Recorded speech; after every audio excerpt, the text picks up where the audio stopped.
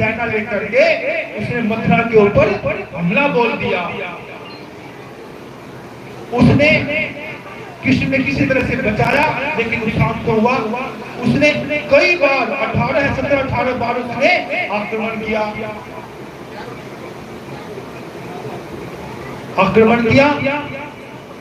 अब कृष्ण ने सोचा कि मीटिंग बुलाई और उससे पूर्व उन्हें गुप्तचर भेज करके यह कहा कि अपने लिए कोई नया स्थान ढूंढ लेते हैं, क्योंकि यहाँ तो इंद्रासन हमें जीने नहीं देगा।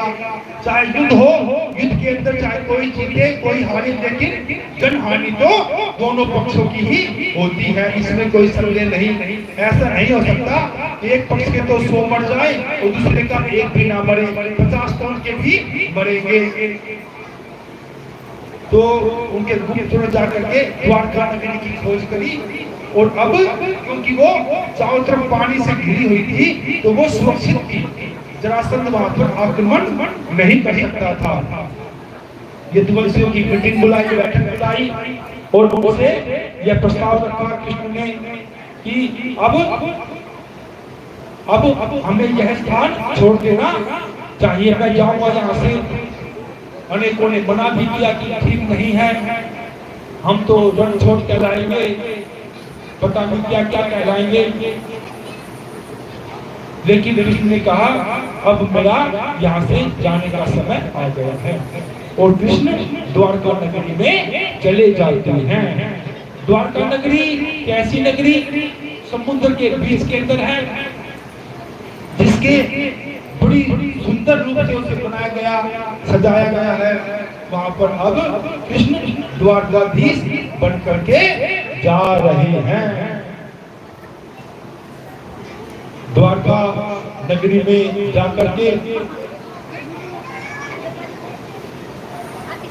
भगवान ने एक अपना नया साम्राज्य स्थापित किया।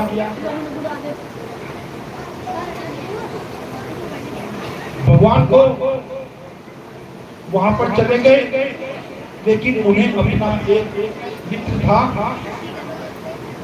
सुदामा, जो कि उन्हें संदीपनी ऋषि जी के आश्रम में समय पढ़ने के लिए गए थे, वहां पर उन्हें वो मिला।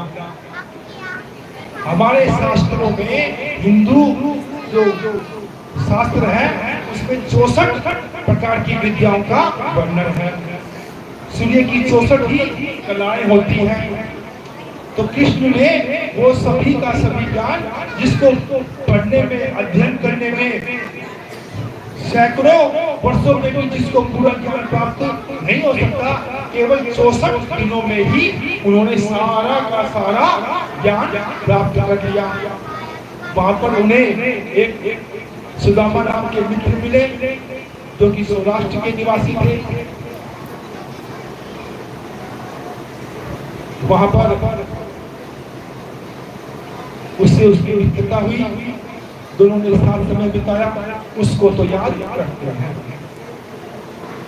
कृष्ण का अब एक रिश्तेदार है, बिल्कुल कृष्ण जैसा ही दिखाई देता है, वैसे ही कपड़े पहनता है, वैसा ही लगता है, उद्धव।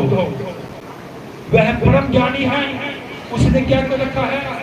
उसने परम ज्ञान प्राप्त कर रखा है, उसने वेदांत पढ़ रखा है, उसने मीमांसा पढ़ रखी है, और उसने न्याय शास्त्र, दर्शन शास्त्र सभी का अध्ययन कर रखा है।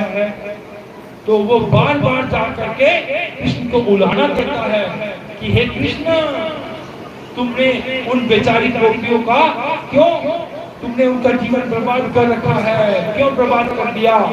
तुमने उन्हें ब्रह्म ज्ञान क्यों नहीं दिया ताकि उनकी मुक्ति हो जाती? तुमने उन्हें अपने प्रेम जाल में क्यों फंसाए रखा? अब कृष्ण जी समझ गए कि इसे तो अपने ब्रह्म ज्ञानी होने का बहुत बड़ा अभिमान है, इसे तो अपने ब्रह्म ज्ञानी होने का बहुत ज्यादा अभिमान है।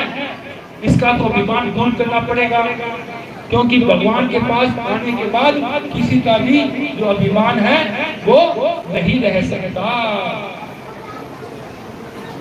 तो भगवान ने कहा कि तुम एक काम करो, जो ज्ञान की बातें मुझे दे रहे हो ना, ये बातें जा करके